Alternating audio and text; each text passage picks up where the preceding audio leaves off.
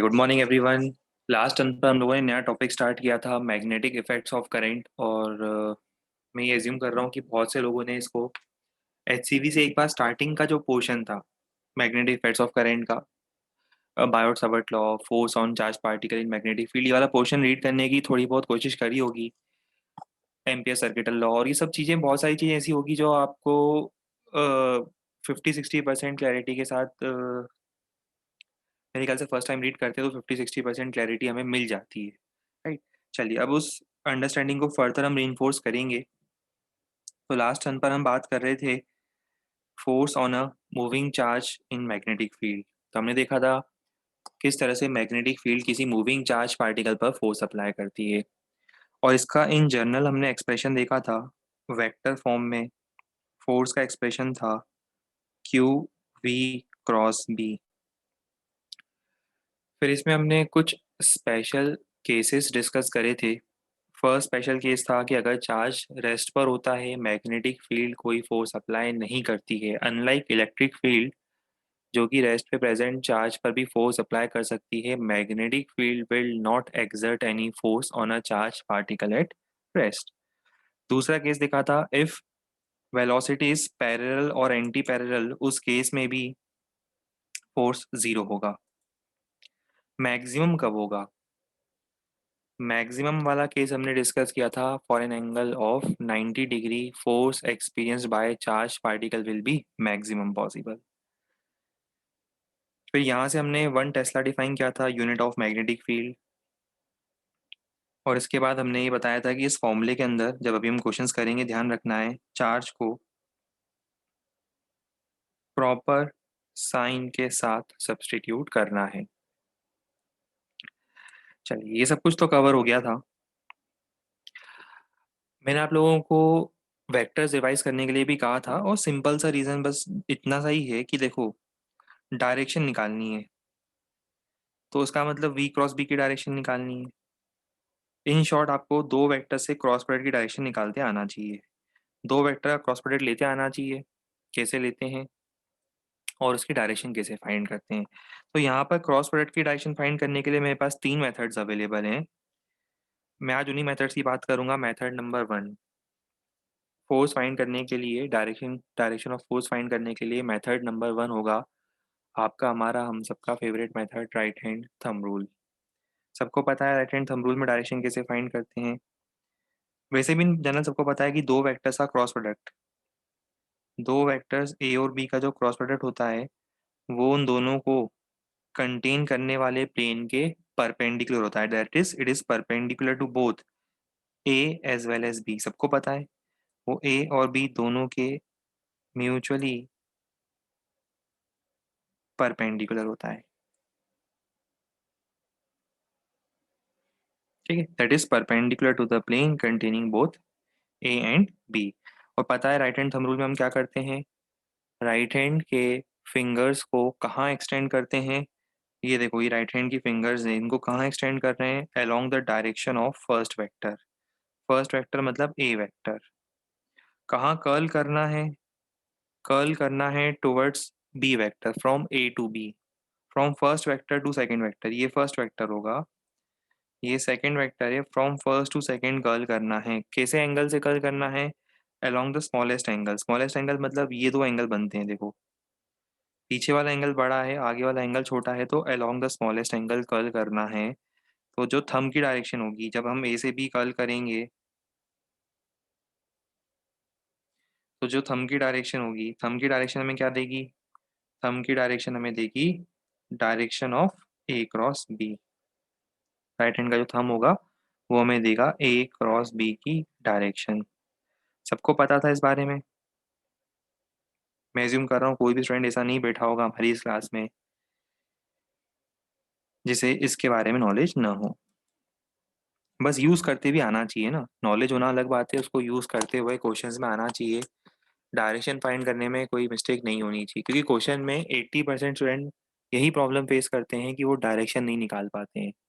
Value निकल जाती है, डायरेक्शन निकालने में उन्हें बड़ी दिक्कत आती है। तो वो कोई प्रॉब्लम नहीं होनी चाहिए, बहुत ईजी है। चलिए, नोट करवा देंगे, नोट करेंगे उससे पहले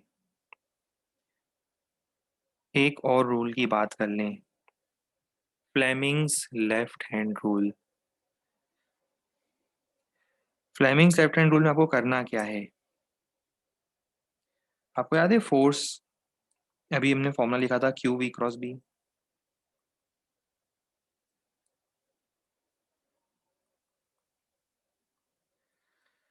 इसमें आपको लेफ्ट हैंड लेना है। लेफ्ट हैंड लेने के बाद उसकी जो ये वाली फिंगर होती है सेंटर फिंगर, इसको एक्सटेंड करना है। देखो लेफ्ट हैंड के एक काम करो, तीन फिंगर्स को है ना म्यूचुअली परपेंडिकुलर करो। देखो जैसे डायग्राम में दिख रहा है, तीनों आपस में म्यूचुअली परपेंडिकुलर है। थंब, और इसको क्या बोलते हैं? फोर फिंगर बोलते हैं क्या? बताओ जरा, जिन लोगों का जनरल नॉलेज स्ट्रांग है उनको बताओ जरा, इसको क्या बोलते हैं? फोर फिंगर बोलते हैं क्या? ऐसा होता है ना, ये little finger, index finger, centre वाली फिंगर, थंब, ये शायद फोर फिंगर होता है जितना मेरे नॉलेज में है। अरे लिखा होगा ना हमने ऊपर, फोर फिंगर ही बोलते हैं। घोचू, इंडेक्स फिंगर ये होती है। जो बोल रहे थे ना ये इंडेक्स फिंगर होती है, इंडेक्स फिंगर ये होती है। दो चार लोग मैसेज करके इंडेक्स फिंगर बोल रहे थे।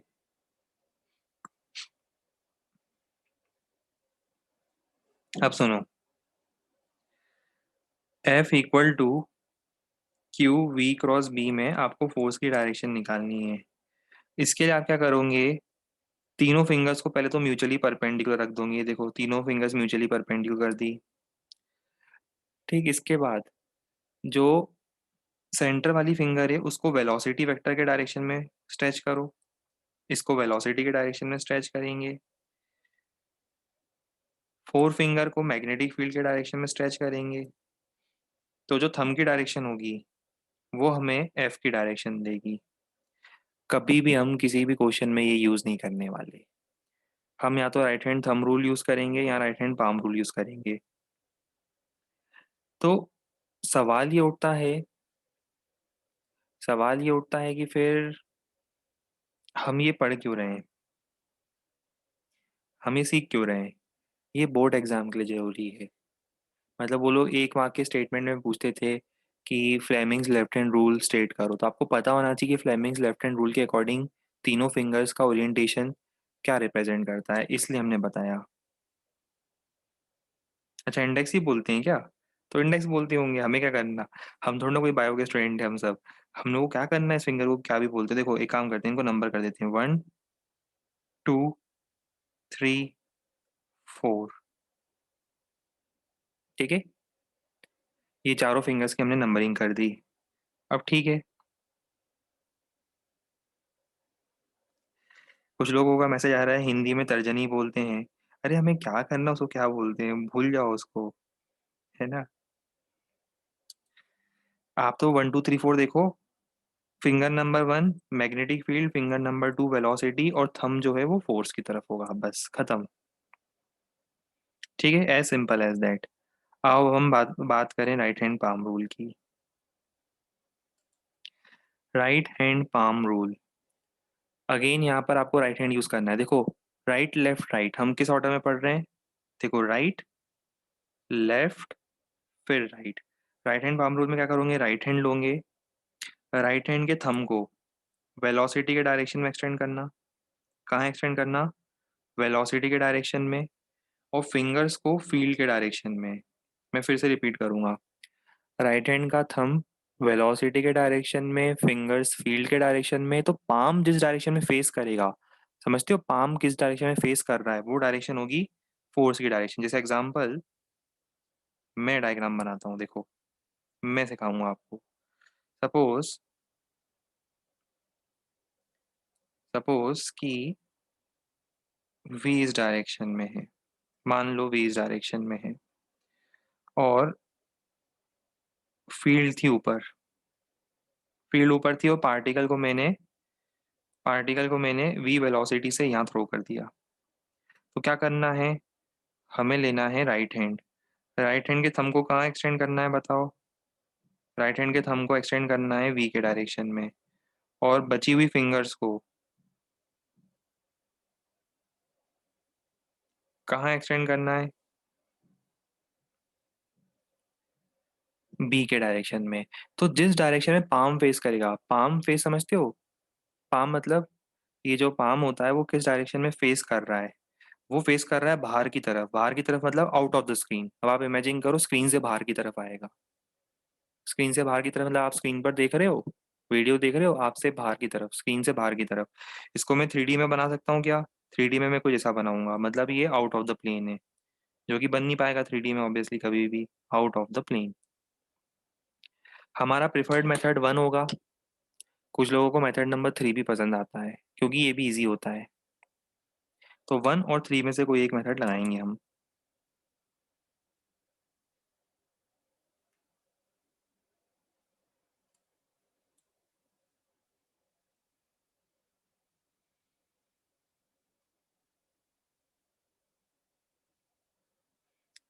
डायग्राम बनाना है ना, डायग्राम बनवाएंगे आपसे, जैसे हमने बनाया ना डायग्राम, इतने अच्छे अच्छे डायग्राम बनाए हमने।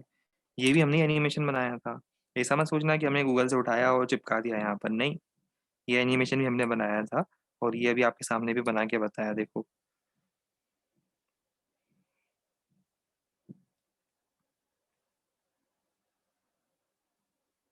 ठीक है, चलो। अभी 1 मिनट, नोट करवाने से पहले पूरी बात सुन लो, फिर नोट करेंगे एक साथ। जैसे लाइट क्वांटम के फॉर्म में ट्रैवल करती है, छोटे छोटे पैकेट्स ऑफ एनर्जी के फॉर्म में, वैसे ही हम क्या करेंगे, छोटे छोटे पैकेट्स के फॉर्म में पहले थ्योरी देखेंगे, और उसके बाद फिर उसको लिखेंगे, फिर और थ्योरी देंगे, फिर उसको लिखेंगे। ठीक है।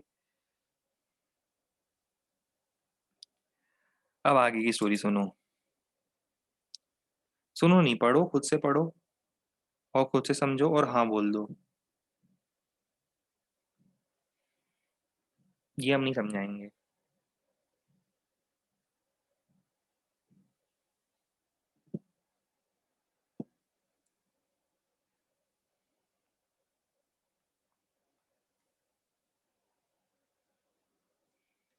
ठीक है, बहुत बढ़िया। वैसे ही ये वेक्टर के क्रॉस प्रोडक्ट की प्रॉपर्टी होती है, और वेक्टर एक ऐसा टॉपिक है जो आप शायद मैथ्स के अंदर आप पढ़ोगे, 12th के मैथ्स के सिलेबस में। हमें तो याद ही होता था, अब होता है या नहीं पता नहीं, पर पहले हुआ करता था किसी समय पर, वेक्टर्स एंड 3D ज्योमेट्री।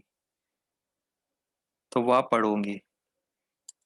तो दो वेक्टर्स का क्रॉस प्रोडक्ट दोनों के प्लेन के परपेंडिकुलर होता है, ये हमें पता है। अच्छा, दूसरी बात ध्यान रखना, ये सब जो मैं बता रहा हूँ, ये right hand palm rule, Fleming's left hand rule, right hand thumb rule, ये सब क्या देते हैं, force on a positive charge की डायरेक्शन देते हैं। पर ध्यान रहे, क्योंकि फॉर्मूला हमने बताया था क्यू वी क्रॉस बी में चार्ज को साइन के साथ रखना पड़ता है, तो अगर नेगेटिव चार्ज हुआ तो ये सब डायरेक्शन रिवर्स करनी है आपको। डायरेक्शन रिवर्स करना मत भूलना, अगर नेगेटिव चार्ज है, जितनी भी डायरेक्शंस हैं वो सब रिवर्स करनी है। फ्लेमिंग्स लेफ्ट हैंड रूल में जो थंब की डायरेक्शन आएगी, उसके अपोजिट डायरेक्शन लेनी है force on a negative charge की। पाम की जो डायरेक्शन आ रही है, जिस डायरेक्शन में पाम फेस कर रहा है, उसके अपोजिट डायरेक्शन लेनी है अगर नेगेटिव चार्ज पे फोर्स निकालना हो तो, सब कुछ रिवर्स कर देना। वो सब मैं अज्यूम कर रहा हूँ कर लोगे, इतना तो समझदार हो सब लोग। अब एक बहुत इंपॉर्टेंट पॉइंट, इससे इंपॉर्टेंट कुछ नहीं, आगे मैं इसका फिर से बहुत ज्यादा यूज करूंगा, पढ़ो जरा। अरे, दैट इज से पहले मैं आपको समझा दूं ऐसा क्यों होता है। देखो, आपने अभी बोला एफ इक्वल टू, ये सेकंड पॉइंट है ना, फर्स्ट पॉइंट कंप्लीट हो गया यहाँ पर। सेकंड पॉइंट बता रहा हूँ मैं आपको, आपने अभी बोला कि एफ कितना होता है, क्यू वी क्रॉस बी। तो आपने यहाँ से क्या कंक्लूजन ड्रॉ करा, that is force is perpendicular to V, है ना। अभी आपने समझा कि फोर्स तो वेलोसिटी के परपेंडिकुलर होगा, और अगर ऐसा होगा तो कैसा बोल सकता हूँ, force is perpendicular to D S by D T. भाई वेलोसिटी तो D S by D T होती है, तो इनडायरेक्टली तो मैं ऐसा बोलना चाह रहा हूँ ना कि force is perpendicular to, indirectly मेरे बोलने का तो ये मतलब हुआ कि force is perpendicular to D S. ये देखो, डी टी के पास तो डायरेक्शन है ही नहीं, जो है सो डी एस के पास है। मतलब force is perpendicular to D S का मतलब समझो, इसका मतलब समझ रहे हो, differential work done that is dot product of F dot D S. जरा बताओ कितना होगा, डॉट प्रोडक्ट निकालना आता है, कितना होगा, वर्क डन जीरो होगा। वर्क डन जीरो होने का मतलब क्या है, मैग्नेटिक फील्ड फोर्स तो लगा रही है, पर वर्क डन जीरो हो रहा है। अब अगर वर्क डन जीरो है तो वर्क एनर्जी थ्योरम से बताओ क्या होता है, work done equal to change in kinetic energy. Further मैं ऐसा लिख सकता हूँ, since work done is equal to change in kinetic energy, short में लिख रहा हूँ वर्क एनर्जी थ्योरम, जब वर्क ही नहीं हो रहा है तो उसकी काइनेटिक एनर्जी कैसे चेंज होगी। और अगर काइनेटिक एनर्जी में कोई चेंज नहीं आ रहा है तो मुझे बताओ स्पीड का क्या होगा। जब काइनेटिक एनर्जी सेम तो स्पीड सेम। इसका मतलब मैग्नेटिक फील्ड स्पीड को चेंज नहीं करती है। तो फिर ये फोर्स अगर वर्क नहीं कर रहा है, स्पीड को चेंज नहीं कर रहा है, तो फिर कर क्या रहा है। फोर्स तो लग रहा है, एक्सेलरेशन तो होगा। फोर्स भी लग रहा है, एक्सेलरेशन भी होगा, तो ये एक्सेलरेशन कर क्या सकता है फिर बताओ। एक्सेलरेशन दो ही चीजें कर सकता है, या तो वेलोसिटी का मैग्नीट्यूड चेंज करे, या डायरेक्शन चेंज करे, या दोनों करे। अब ये वेलोसिटी का मैग्नीट्यूड तो चेंज नहीं कर रहा है, तो फिर ये क्या कर रहा होगा, ये डायरेक्शन चेंज कर रहा होगा। आगे जाकर हम बहुत दिनों बाद, जब अभी हम पायोट सावर्ट लॉ पढ़ेंगे एक दो दिन में, उसके थोड़े दिनों बाद हम फिर से ये फॉर्मूला पर वापस आएंगे और हम बताएंगे कि कुछ स्पेशल पाथ होते हैं, circular path, helical path, circular path, helical path, ये सब हम पढ़ेंगे जहाँ वो डायरेक्शन चेंज करता हुआ दिखेगा आपको। तो अभी बस इसको एक बार अपने माइंड में फिट कर लो, जिसका हम आगे फिर से यूज़ करेंगे, इस टॉपिक में फिर से रिविजिट करेंगे कि ये फोर्स जो होता है, मैग्नेटिक फोर्स वर्क नहीं करता है। ये वेलोसिटी के मैग्नीट्यूड को चेंज नहीं कर सकता, ये सिर्फ उसके डायरेक्शन को चेंज करता है, क्योंकि फोर्स है तो एक्सेलरेशन तो होगा, और वो डायरेक्शन को चेंज कर रहा होगा। ठीक है, चलो इतना पहले हम एब्जॉर्ब करेंगे, इतने क्वांटम को हम, इतने क्वांटम ऑफ इंफॉर्मेशन को हम पहले एब्जॉर्ब करेंगे, और इसको एब्जॉर्ब करने के बाद, नोट करने के बाद, फिर हम आपको कुछ क्वेश्चंस देंगे करने के लिए।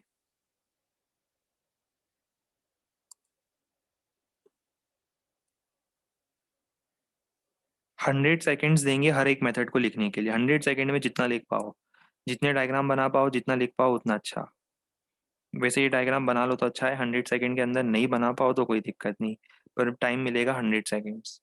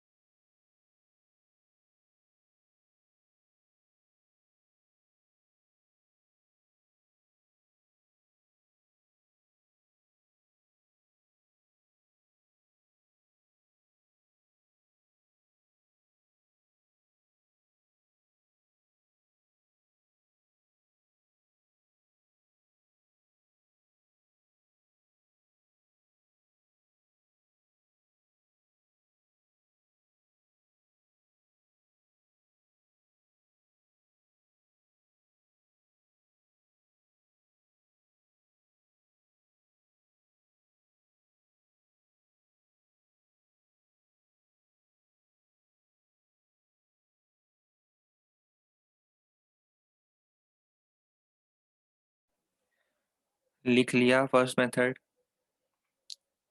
ये वाला मेथड वैसे भी फेमिलियर था, इसलिए इतनी कोई दिक्कत नहीं थी इस वाले में, है ना। ये जरूर से लिखना है।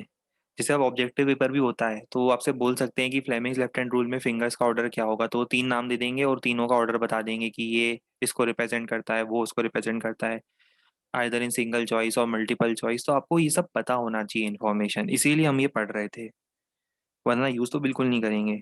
नहीं लिखा था क्या, लिखो लिखो। 100 सेकेंड्स में जितना लिख पाते हो उतना डायग्राम बन जाता है 100 सेकेंड में, तो इट्स वेल एंड गुड। अगर नहीं बन पाता है तो कम से कम वो उतना स्टेटमेंट तो लिख ही देना।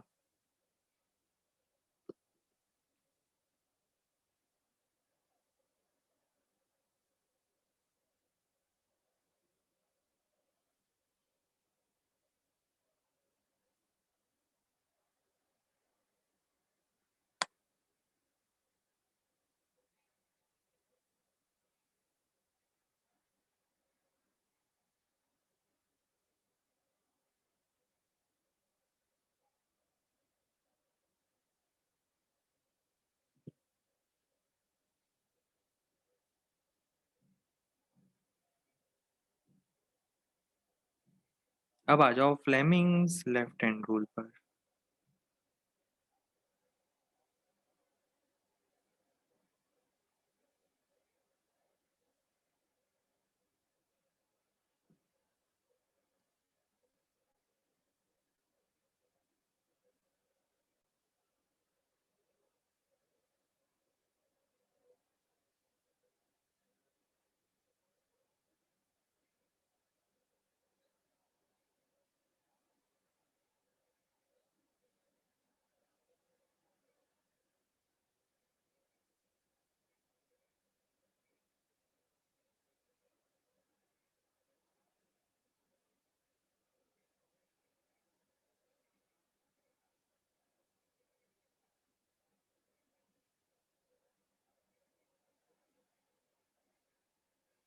इसमें डायग्राम बनाना है ना, क्योंकि आप जब रिवाइज करोगे तो स्टेटमेंट वेटमेंट नहीं भी पढ़ो, सिर्फ ये डायग्राम देख लो तो डायग्राम से ही सारी चीजें याद हो जाती है, रिवीजन आसान हो जाता है।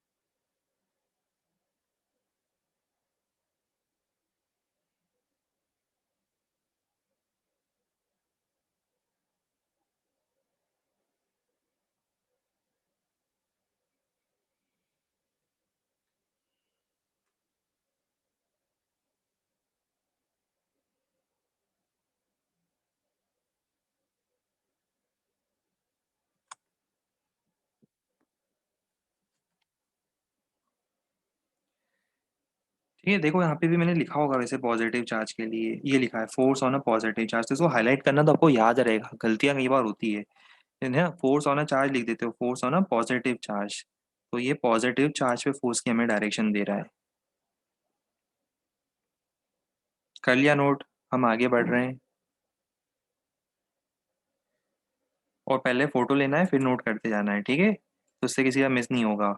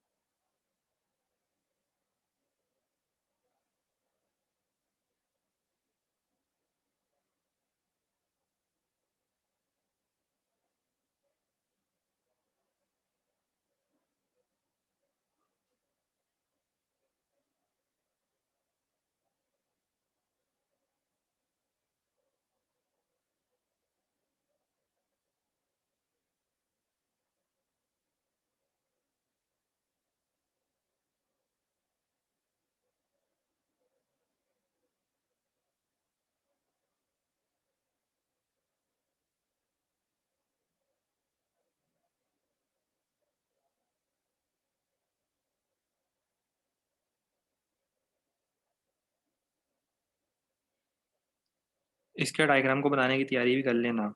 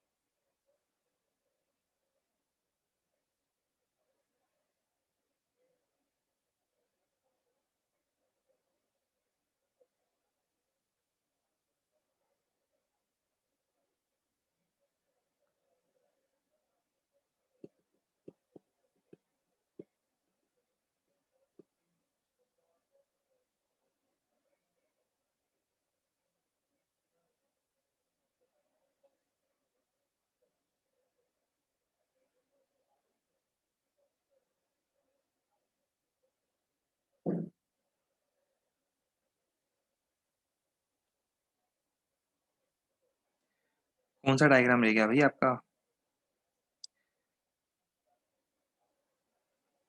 हमारा माउस खराब हो गया है, ऊपर स्क्रॉल अप नहीं कर पाएंगे, इसीलिए एक बार जब पहले बताते हैं कोई स्लाइड, उसकी पहले फोटो लेनी है। बार बार हम रिपीट कर रहे हैं, हम ऊपर स्क्रॉल अप नहीं करेंगे, फोटो लो पहले और उसके बाद नोट करना स्टार्ट करो। ठीक है? ऊपर स्क्रॉल नहीं कर सकते, हमारा माउस खराब हो गया है। नहीं तो हमें एक नया लॉजिटेक या फिर एम आई का भी एक अच्छा आ रहा है, 3000 का एक कीबोर्ड माउस का कॉम्बो आ रहा है, वो आप हमें गिफ्ट कर सकते हो।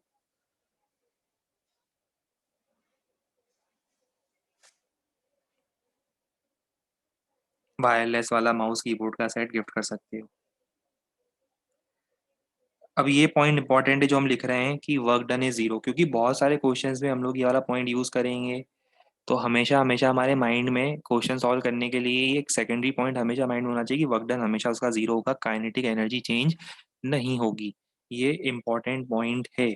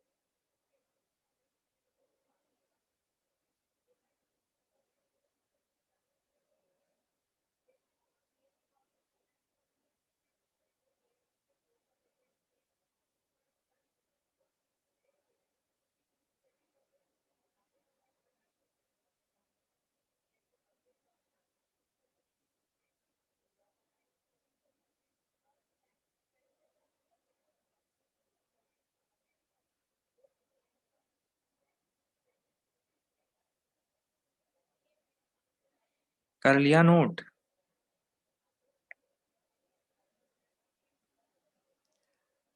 चलो अब हम लोग करेंगे इस पे कुछ क्वेश्चन सॉल्व।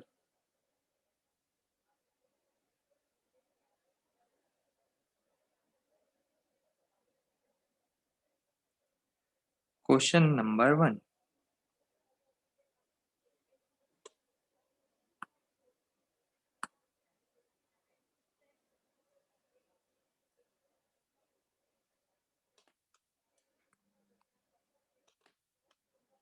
नोट नहीं कर पाए थे?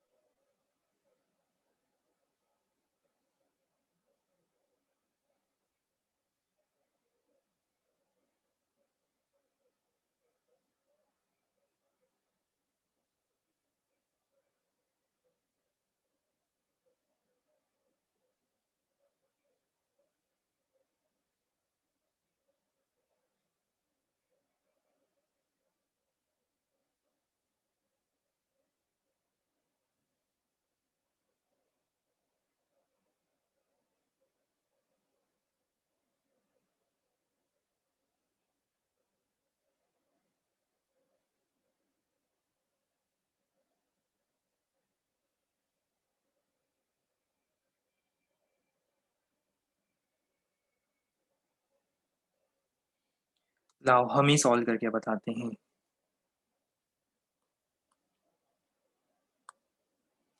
देखो, वी वेक्टर आपको दिया हुआ है, बी वेक्टर दिया हुआ है, तो हमें पता है कि फोर्स होता है क्यू वी क्रॉस बी, तो पहले वी क्रॉस बी निकाल लो। वी क्रॉस बी निकालने का मेथड आपको पता है ना, आई जे के, वो बनाते हैं हम लोग, ऐसा बॉक्स बनाते हैं। फिर वी वेक्टर के लिए क्या लिखेंगे, 2 3 0, 0 0.5। इसको ओपन करना आता है, ये हो जाएगा 1.5। जे कैप में कितना, 1। के कैप में 0। चेक कर लेना, हो सकता है मैंने कहीं एरर करा हो तो बता देना, और वैसे ही सबको आना चाहिए।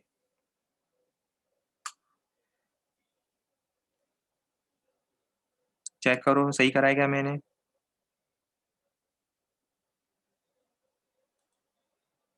बहुत बढ़िया। चलो अब इसके बाद एफ इक्वल टू क्या लिखेंगे, क्यू वी क्रॉस बी। बिल्कुल डायरेक्ट फॉर्मूला बेस्ड क्वेश्चन, आपको आइडिया लग चुका है क्या करना है। ये बोर्ड एग्जाम में से क्वेश्चन पूछते थे, अगर कभी क्या बोलते हैं अपन उसको, न्यूमेरिकल प्रॉब्लम आता है तो इसको 2 से मल्टीप्लाई कर दो, 3 i कैप -2 j कैप। चाहो तो इसका मैग्नीट्यूड निकाल लेना, √13।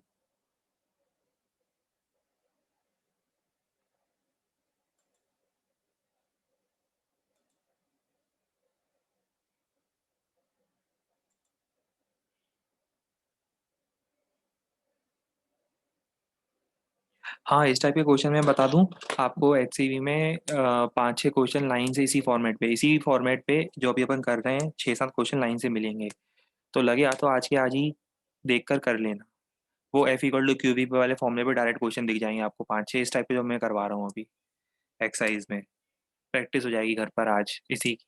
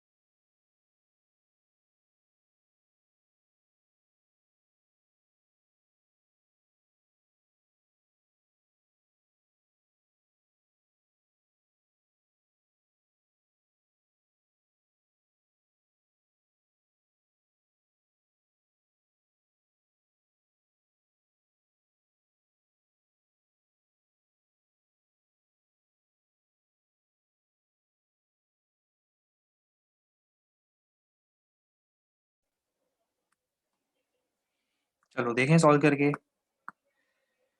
आंसर लिखा है क्या हमने इसका, हाँ आंसर आना चाहिए 10। क्या बात है, आंसर नहीं बता रहे हैं, 2 3 लोगों की आंसर आ रहा है। अब हम ही कर देते हैं। मैक्सिमम पॉसिबल एक्सेलरेशन के लिए मैक्सिमम पॉसिबल फोर्स हो सकता है Q V B. Divide by mass is maximum possible acceleration, कुछ भी तो नहीं करना था इसमें। चार्ज 5 × 10⁻³ वी कितना 10, बी कितना 0.4 डिवाइडेड बाय एम कितना 2 ग्राम, ग्राम को किलोग्राम में कन्वर्ट करो, ये आ गया आंसर 10।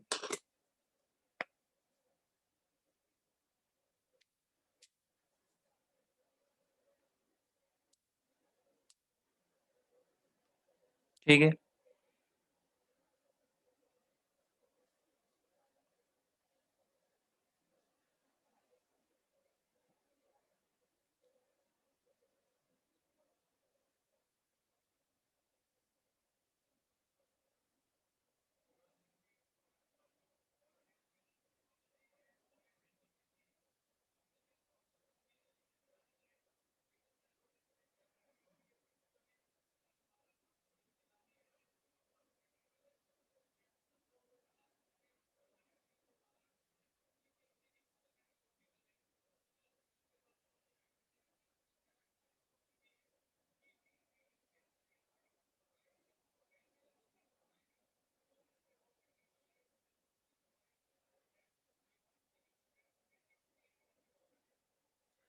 लास्ट इसमें लिखने जैसा कुछ था नहीं ना, आप तो डायरेक्ट कैलकुलेशन कर लो, जो फॉर्मूला बताया है हमने उससे। अब इसमें इसको रोकने का कोई मतलब नहीं ना। F=QVB, maximum possible divided by mass, maximum possible acceleration. ठीक है, करो ये वाला ट्राई।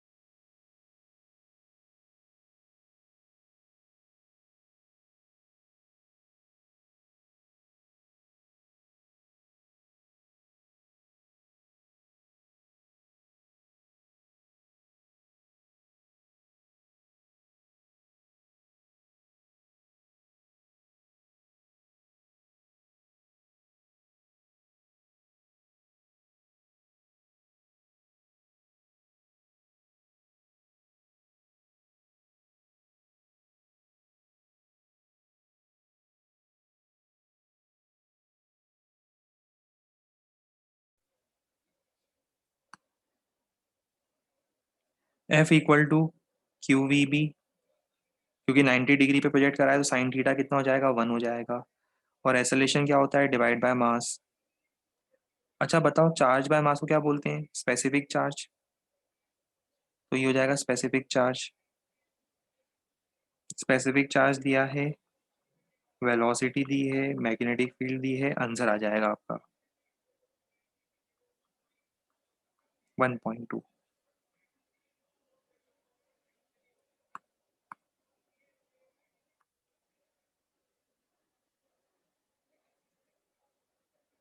रुक नहीं रहे, हम आगे बढ़ रहे हैं नेक्स्ट क्वेश्चन पर।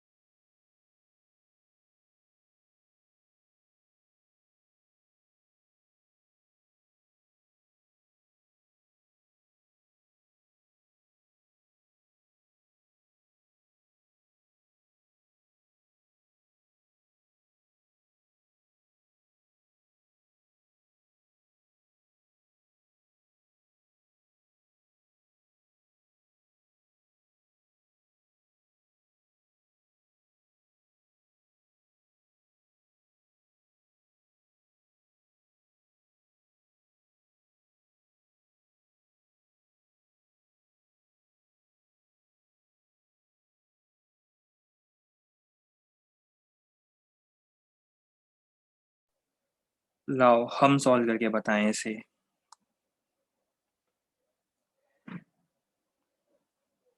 F equal to Q V B sine theta, और एक्सेलरेशन होता है force by mass.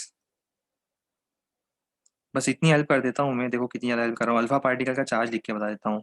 Alpha particle होता है हीलियम का न्यूक्लियस, तो 2 × 1.6 × 10⁻⁹ 2 टाइम्स चार्ज ऑफ प्रोटॉन। ठीक है। मास की बात करूँ तो four times, 4 times mass of proton, मतलब 2 प्रोटॉन 2 न्यूट्रॉन, तो मास ऑफ प्रोटॉन मान लो। 4 टाइम्स मास ऑफ प्रोटॉन कितना होता है?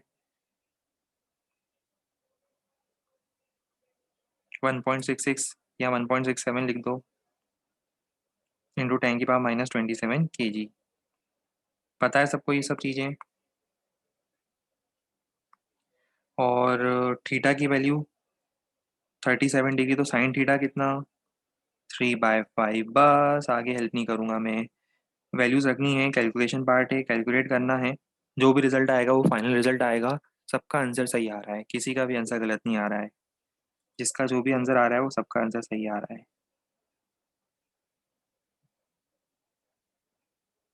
ठीक है।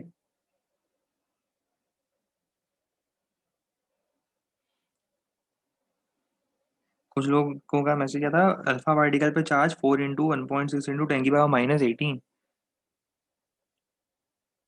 कहाँ से सीखते हो ये सब चीजें आप लोग? इतना नॉलेज कहाँ से लाते हो?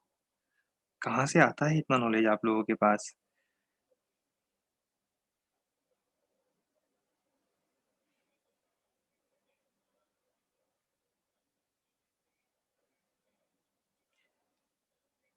sin 37 की वैल्यू तो दी हुई थी ना? दी ना हमने sin 37 की वैल्यू। लिखा ना sin 37 3/5, ये लिखा ना। एंगल 37 है, तो sin 37 3/5 रखना है। साइन थीटा रखोगे ना 3/5। sin 37 डिग्री की स्टैंडर्ड वैल्यू होती है ना 3/5।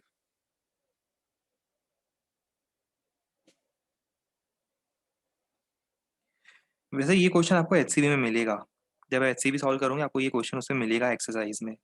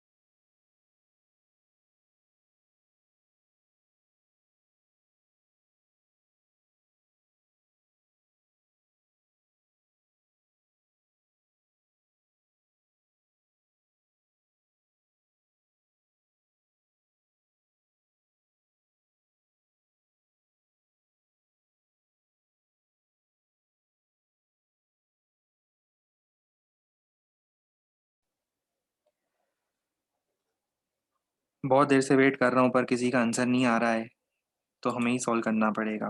देखो,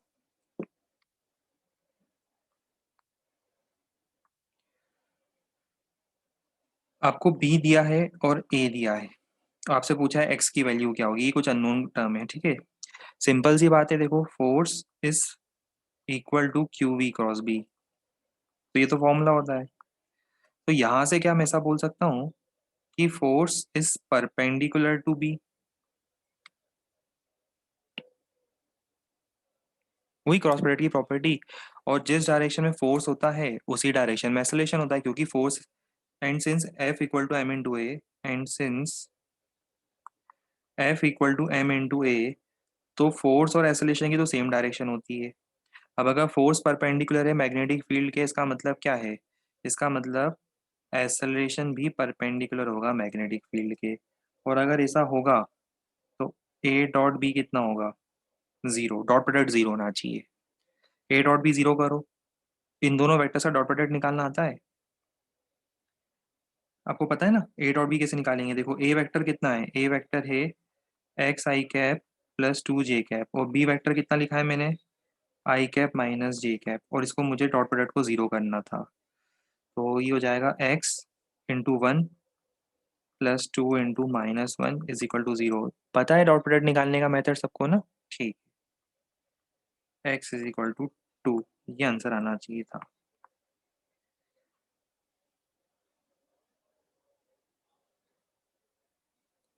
बहुत सिंपल, बहुत इजी था, कंसेप्ट पे बेस्ड था बस।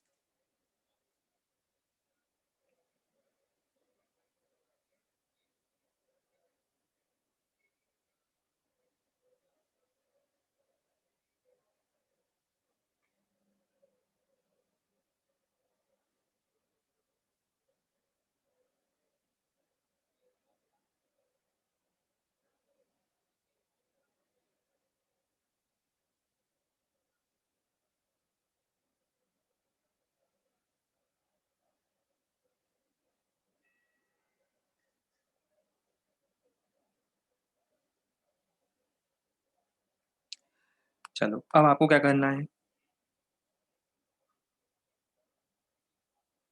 डॉट प्रोडक्ट क्यों निकाला,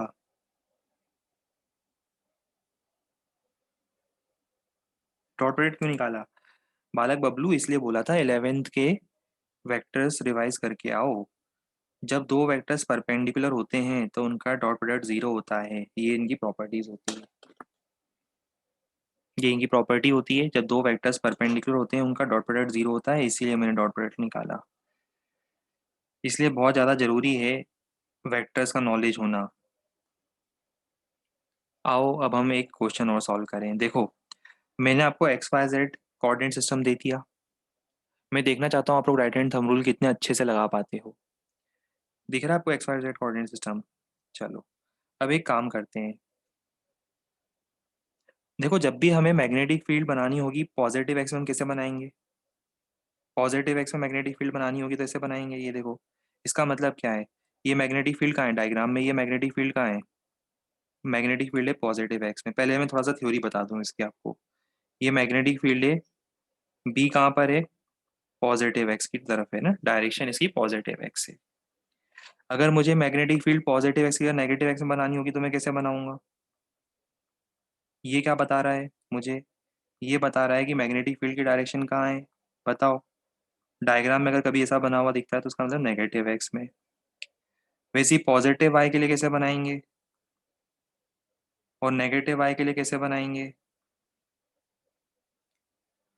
इसका मतलब ये कि मैग्नेटिक फील्ड डायग्राम में कहाँ है, पॉजिटिव वाई में है, और इसका मतलब मैग्नेटिक फील्ड कहाँ है, नेगेटिव वाई में है। दिख ही रहा है वो ऊपर है और नीचे है। पर अब ये तो चार डायरेक्शंस हो गई, ऊपर नीचे, लेफ्ट राइट, अप डाउन। अब ये बताओ अगर मैग्नेटिक फील्ड पॉजिटिव जेड में है मतलब आउट ऑफ द प्लेन है तो उसको कैसे बनाएंगे डायग्राम में।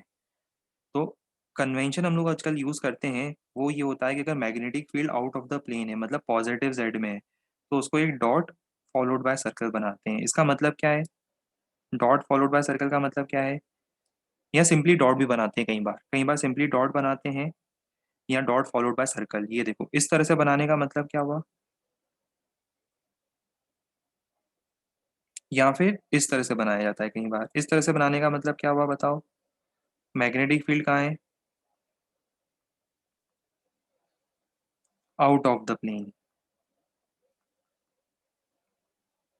और अगर इनटू द प्लेन है मतलब नेगेटिव जेड में, तो नेगेटिव जेड के लिए क्रॉस यूज करते हैं। क्रॉस मतलब वो मैग्नेटिक फील्ड कहाँ जा रही है? वो जा रही है B is directed into the plane. पहले तो एक काम करो, अलग से साइड में कहीं जगह हो ना, तो पहले तो ये नोट कर लो। बस इतना। ऊपर नीचे वाले तो सबको समझ में आते हैं, है ना? सिर्फ इतना नोट कर लो साइड में कहीं। फिर मैं क्वेश्चन करवाता हूँ आपको।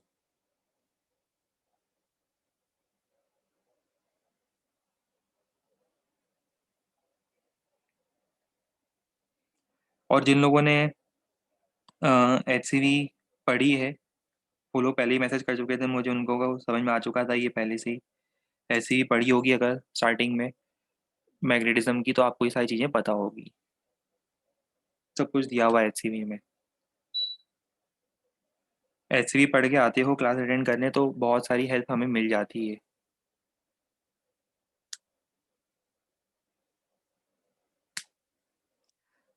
कर लिया नोट? अब सुनो, अब क्वेश्चन में आपको क्या करना है। क्वेश्चन में आपको ये करना है कि मैं आपको कुछ अलग अलग केसेस दूंगा और आपको मुझे आंसर बताना है। जैसे मान लो मैं आपसे बोलता हूँ कि एक चार्ज है +3 कूलम का, उसको मैंने वेलोसिटी दी पॉजिटिव एक्स में, और मैग्नेटिक फील्ड है यहाँ पॉजिटिव वाई में। बताओ फोर्स की डायरेक्शन क्या होगी?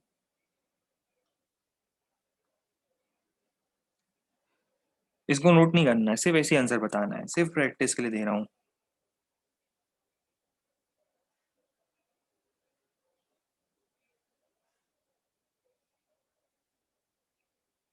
X Y Z coordinate system मैंने राइट में बनाया है, इसको फॉलो करना है आपको। बताओ बी क्रॉस बी कहाँ आएगा?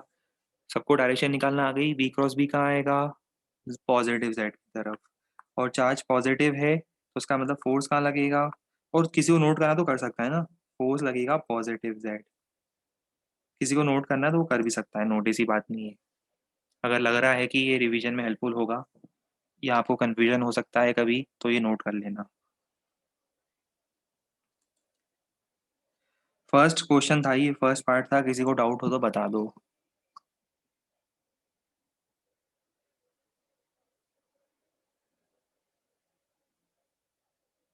कोई डाउट नहीं है इसमें? चलो मैं क्वेश्चन चेंज करता हूँ।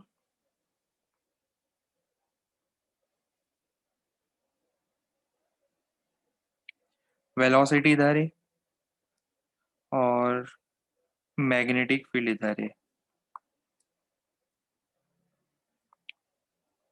और चार्ज जो है वो नेगेटिव था।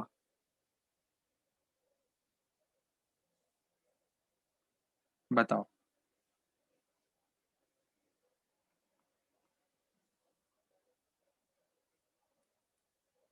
फिर से आउट ऑफ द प्लेन, बिल्कुल सही। वी क्रॉस बी इस बार आ रहा है नेगेटिव जेड में, पर क्योंकि चार्ज भी नेगेटिव है तो इसका मतलब इसकी डायरेक्शन कहाँ आएगी? Out of the plane. ठीक है, बहुत बढ़िया। चलो अब एक काम और करो,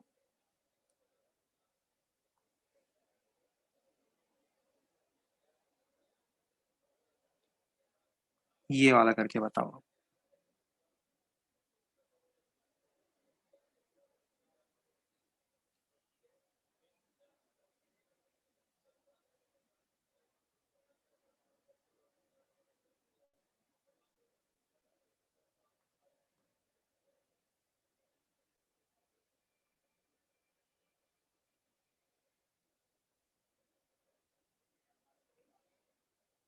देखो ध्यान से देखो, बी कहाँ है? बाहर है, आपकी तरफ है। बी है जेड एक्सिस की तरफ, वी है वाई एक्सिस की तरफ। अरे बाप रे, इनटू द प्लेन क्या करूं मैं बताओ? यार ये देखो भाई, ये वेलोसिटी इधर है, डायग्राम देखो जरा। वेलोसिटी इधर है, ये वेलोसिटी हो गई। मैग्नेटिक फील्ड कहाँ है? Out of the plane. अगर मैग्नेटिक फील्ड इधर है और वेलोसिटी इधर है, तो मुझे बताओ फोर्स तो इन दोनों के परपेंडिकुलर होगा, मतलब वो कहाँ आएगा? फोर्स वो एक्स एक्सिस की तरफ आएगा, या तो यहाँ फिर यहाँ, दोनों में से एक जगह। अब वी क्रॉस भी निकालो। V cross B, 12th class के स्टूडेंट को तो राइट हैंड थंब रूल आना चाहिए। पूरे 11th क्लास में इतने सारे टॉपिक्स में आपने क्रॉस प्रोडक्ट निकाला है, राइट हैंड थंब रूल तो लगाना आना चाहिए ना। कोई अगर आपसे बोलता है इसमें वी क्रॉस बी निकालो और आप वो नहीं निकाल पा रहे हो डायरेक्शन वाइज, तो बहुत गलत बात है ये तो। ऐसा नहीं होना चाहिए था। बहुत बुरा हुआ ये तो।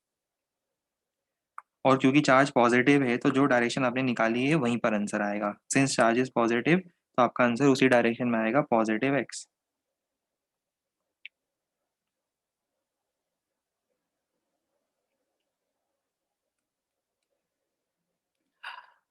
अब भी मौका है, बता दो किसी को डायरेक्शन में डाउट हो तो।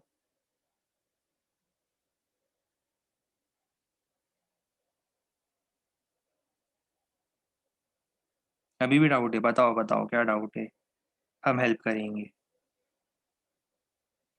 बताओ क्या डाउट आया।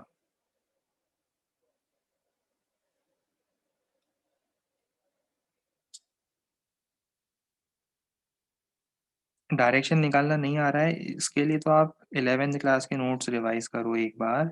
क्रॉस प्रोडक्ट की direction V cross B. Fingers को लो, फिंगर्स को लो यहाँ पर, कहाँ पर, वी के डायरेक्शन में। राइट हैंड लो आपका, उसके फिंगर्स को लो वी के डायरेक्शन में, कर्ल करो बी के डायरेक्शन में। कर्ल करना समझते हो, फिंगर्स को कर्ल करो बी के डायरेक्शन में। तो वी क्रॉस बी जो थंब की डायरेक्शन होगी वो आपको वी क्रॉस बी की डायरेक्शन देगी।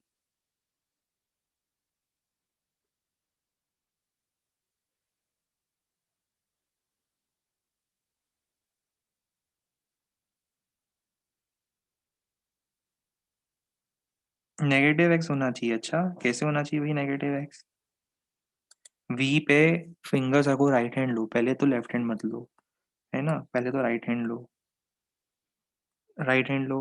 राइट हैंड के फिंगर्स को रखो वी वेक्टर वाई एक्सिस की तरफ रखो। देखो मेरे को तो कितना सिंपल दिख रहा है, वाई एक्सिस की तरफ रखो फिंगर्स को, कर्ल करो जेड एक्सिस की तरफ, तो थंब जा रहा है पॉजिटिव एक्स की तरफ।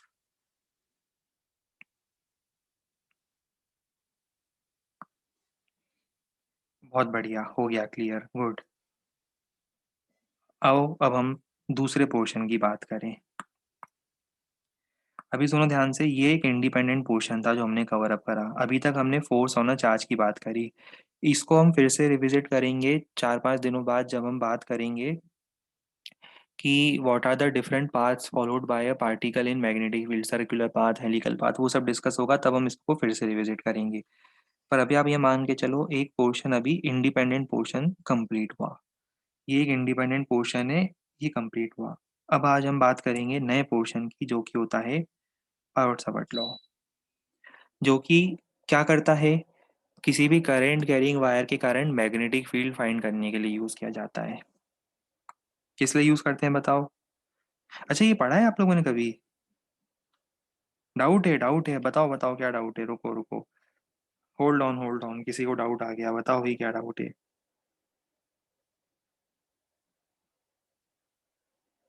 अभी तो शुरू ही नहीं हुआ, उससे पहले क्या डाउट आ सकता है बताओ।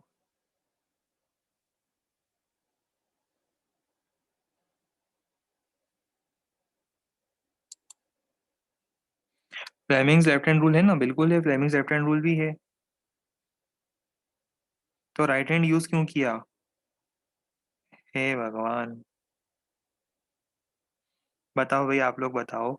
आप लोग ही उसे बताओ आंसर, मैं आप लोगों को सबको अनम्यूट कर देता हूँ, है ना। मैं खुद म्यूट हो जाता हूँ। एक काम करता हूँ, मैं खुद म्यूट हो जाता हूँ और आप सब लोगों को अनम्यूट कर देता हूँ। ठीक है। बालक बबलू पूछ रहा है ना। बालक बबलू पूछ रहा है कि जब left hand, Fleming's left hand rule है, तो फिर हम लोगों ने राइट हैंड रूल क्यों यूज करा? बताओ।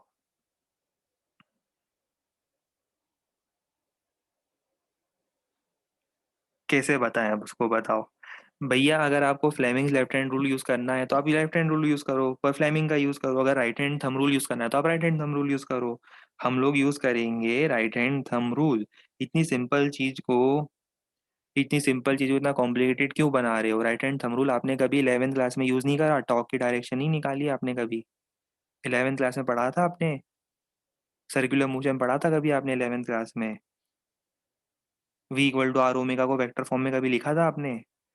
Tau equal to R cross F को आपने वेक्टर फॉर्म में कभी लिखा है? 11th क्लास में आपने कभी राइट हैंड थंब रूल लगाया है? 11th क्लास में पढ़ा है आपने, ये बताओ बस।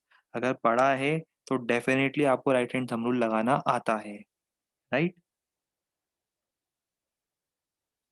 फ्लेमिंग्स लेफ्ट हैंड से भी करोगे तो भी वही डायरेक्शन आएगी। अरे यार कैसे बताऊं, देखो अननेसेसरी, देखो फिर स्पीड स्लो होती है ना, देखो। बताओ उसको आपको किससे करना है, फ्लेमिंग लेफ्ट हैंड से करना है तो फ्लेमिंग लेफ्ट हैंड से करो। देखो पढ़ो क्या लिखा था फ्लेमिंग लेफ्ट हैंड में हमने, पढ़ो जरा। कहाँ गया फ्लेमिंग लेफ्ट हैंड, ये रहा। वी रखना है कौन से फिंगर पर, सेंटर फिंगर पर, और बी रखना है, बी रखना है कौन से फिंगर पर, फर्स्ट फिंगर पर। वी रखो सेकंड फिंगर पर, वी रखो सेकंड फिंगर पर, और बी रखो फर्स्ट फिंगर पर। लेफ्ट हैंड लो, लेफ्ट हैंड लो। और एक काम करो, हमें तो आंसर आता हुआ भी दिख रहा है, आपको पता नहीं क्यों नहीं दिख रहा है। वी रखो, सेंटर फिंगर रखो वी पर। अब मैं डायग्राम कैसे बनाऊं इसका, बताओ, इसका डायग्राम भी तो बनाना मुश्किल है ना। ये यहाँ पे सेंटर फिंगर है और साथ में ये बची हुई फिंगर्स आएगी, यहाँ पे आएगा आपका वो फर्स्ट फिंगर। थंब तो यहीं जा रहा है मेरा।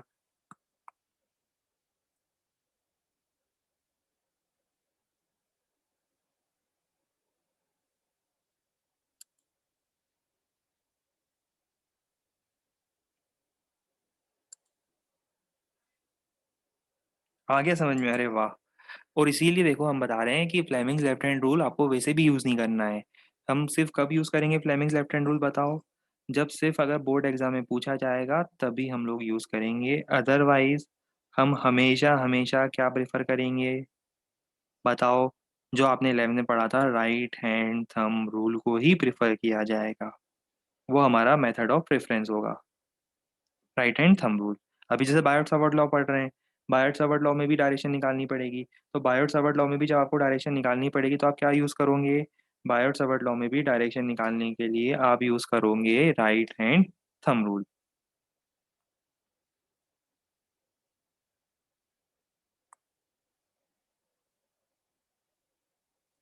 चलो अब आगे की स्टोरी समझते हैं।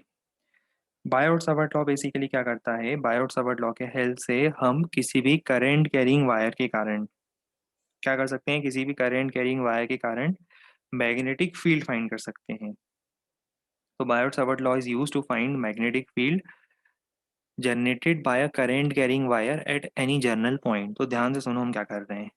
आपको ये करंट कैरिंग वायर दिख रहा है, मैं हाईलाइट करता हूँ, उसको कलर कर देता हूँ। ये करंट कैरिंग वायर आपको दिख रहा होगा,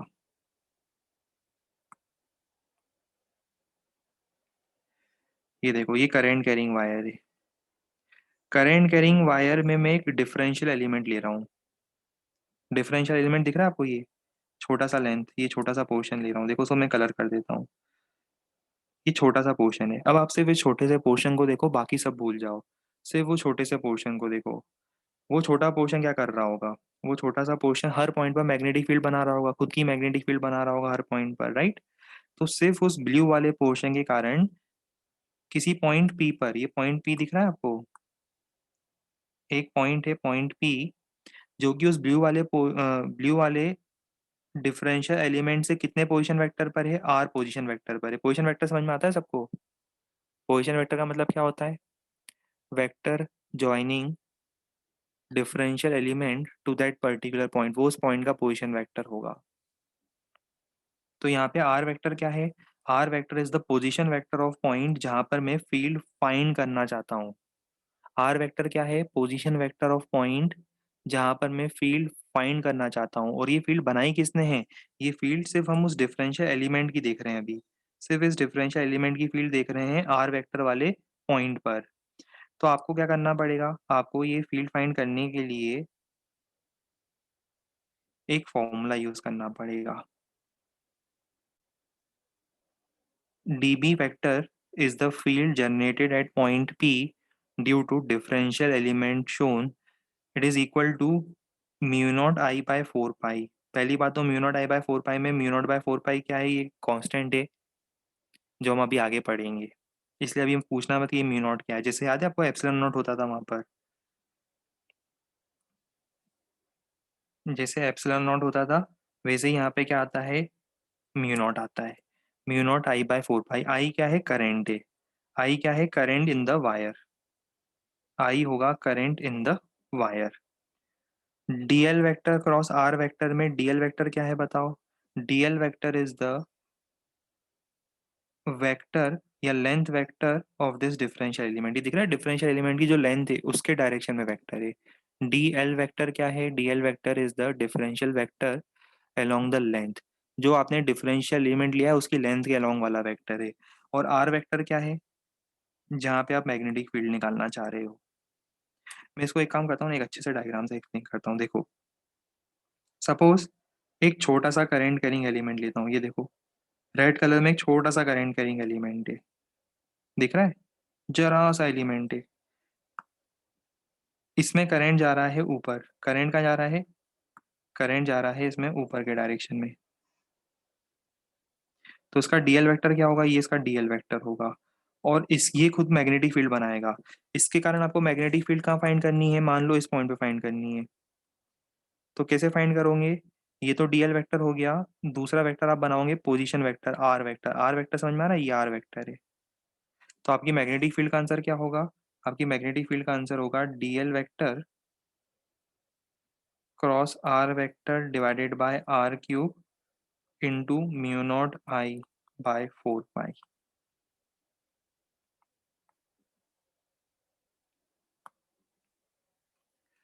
चलो, आज तो सिर्फ फॉर्मूला ही इंट्रोड्यूस कर पाए हैं, अभी लिखवा नहीं रहे इसको हम।